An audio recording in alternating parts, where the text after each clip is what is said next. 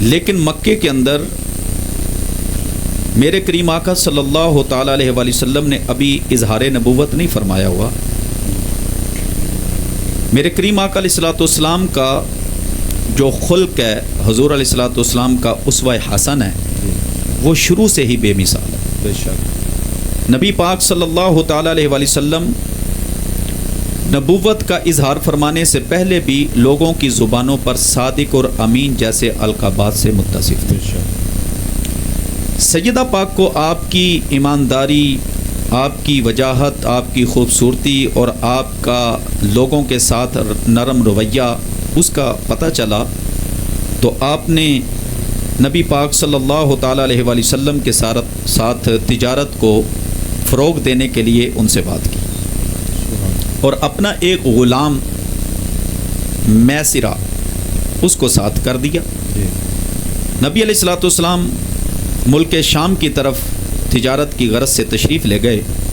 تو میں بلا تمثیل عرض کروں کہ اگر سیدہ پاک تجارت کے لیے ساز و سامان لوگوں کے ہاتھوں بیچتی تھی تو جہاں پر 1,00,000 کے ساتھ 50,000 کا منافع ہوتا تھا، جس معاملے میں، جس تجارت میں ہمارے آقا صلی اللہ علیہ وآلہ وسلم تشریف لے گئے تو اتنا منافع آیا، یوں سمجھیے اتنا منافع ہوا، یوں سمجھیے کہ 1,00,000 کے ساتھ 1,00,000 بلکہ اس سے بھی بڑھا. ماشاءاللہ، حضور کی برکت، حضور کی برکت. سبحان. ابھی اظہار نبوت نہیں فرمایا ہوا. کیا بات. نبی تو آپ ازل سے ہی ہیں نا. مطلب حضور یہاں سے یہ بھی پتہ چل رہا ہے کہ حضور نے ختیجہ الکبریٰ کے ساتھ کاروبار کیا مل کے. جی بالکل کیا. یعنی جیسے ہم وہ کہتے ہیں کہ ایک دوسرے کے ساتھ کاروبار مل کے کرتے ہیں، شراکت یہ ختیجہ پاک کی شان ہے. جی بالکل ماشاءاللہ. جی پھر جب آپ چونکہ حضرت سیدہ پاک کا ایک غلام آپ کے ساتھ ہے، جی وہ نبی علیہ الصلوۃ والسلام کی ساری عادات کو نوٹ کر رہا ہے، آپ کے چلنے کو، اٹھنے کو، بیٹھنے کو، معاملات کو، سب کو نوٹ کر رہا ہے، ایمانداری کو دیکھ رہا ہے. جب واپس آئے ہیں تو سیدہ پاک نے پوچھا بتاؤ تم نے ان نوجوان کو کیسا پایا؟ انہوں نے کہا جی ایسا پایا کہ آج تک ایسا خوبصورت نوجوان ہم نے دیکھا ہی نہیں. کیا بات. کیا ان کی عقل شریف ہے؟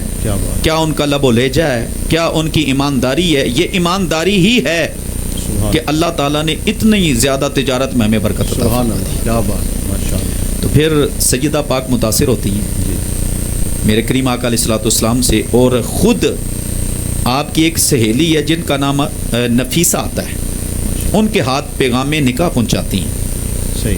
نبی علیہ الصلوۃ والسلام کی بارگاہ میں نکاح کا پیغام. یعنی یہ حضور کے اس حسن سے اور معاملات سے متاثر ہو گئے. کیا بات. اور پھر اتنی زیرک ہیں، اتنی عقل مند اور باشعور ہیں کہ آپ سامنے والا کو بندہ ہوتا تو اس کو جس طرح آئینے میں نہیں بندہ اتر جاتا، اس طرح اتار لیتی تھی اور جان لیتی تھی کہ یہ کس کیٹیگری کا آدمی. جب نبی علیہ الصلوۃ والسلام کی بارگاہ میں نکاح کا پیغام آیا ہے تو کریم آقا صلی اللہ تعالیٰ علیہ وآلہ وسلم نے اس کو قبول فرما لیا.